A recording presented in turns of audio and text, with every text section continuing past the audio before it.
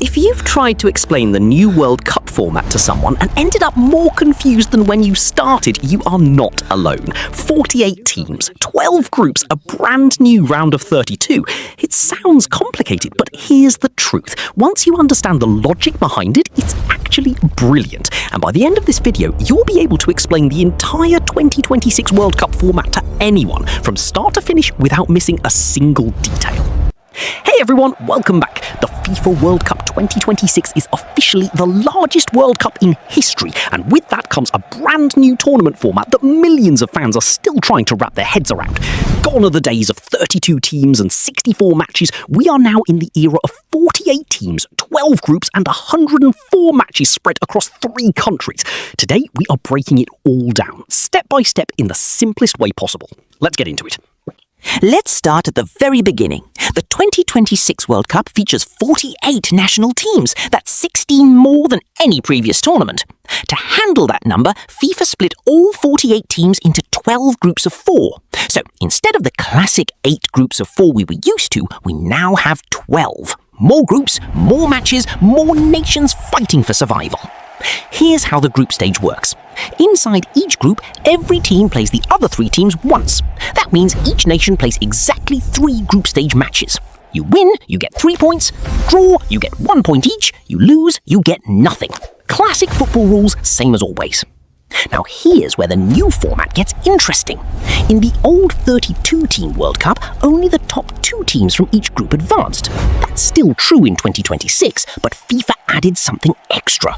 The 8 best third-place teams from across all 12 groups also advanced to the knockout stage. So finishing third in your group isn't automatically the end of your World Cup journey.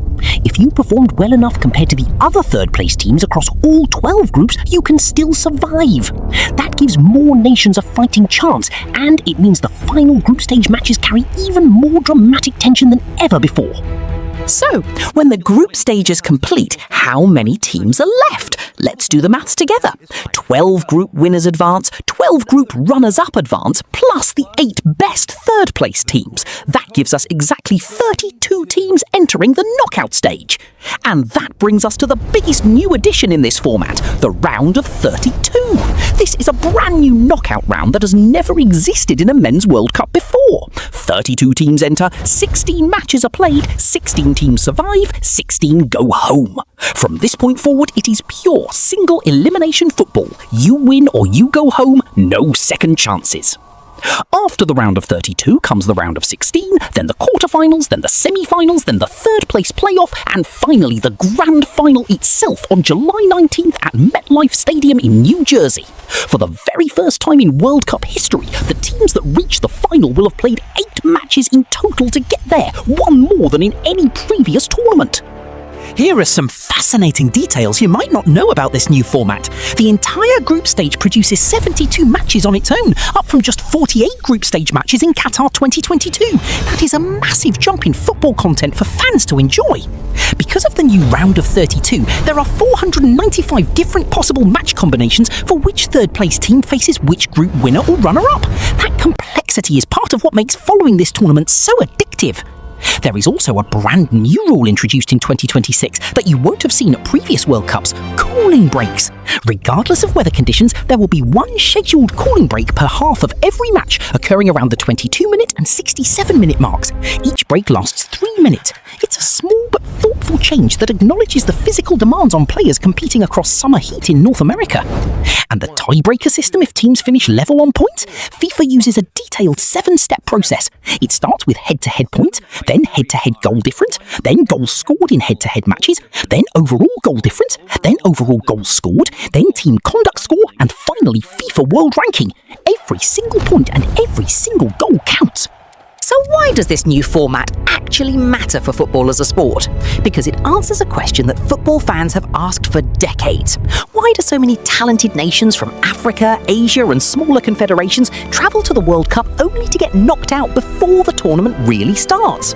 The 48-team format gives those nations more group matches, more exposure, and a genuine pathway to the knockout rounds, even from a third-place finish. It makes the World Cup more representative of global football. It creates more stories, more upsets, and more unforgettable moments for fans around the world.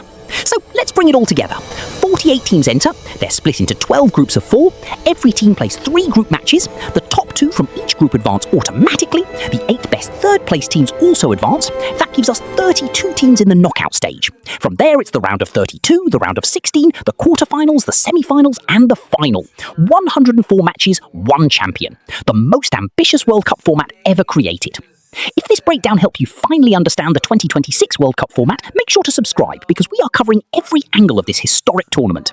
Drop a comment below and tell me which group stage match you are most excited about. Thanks for watching and I'll see you in the next one.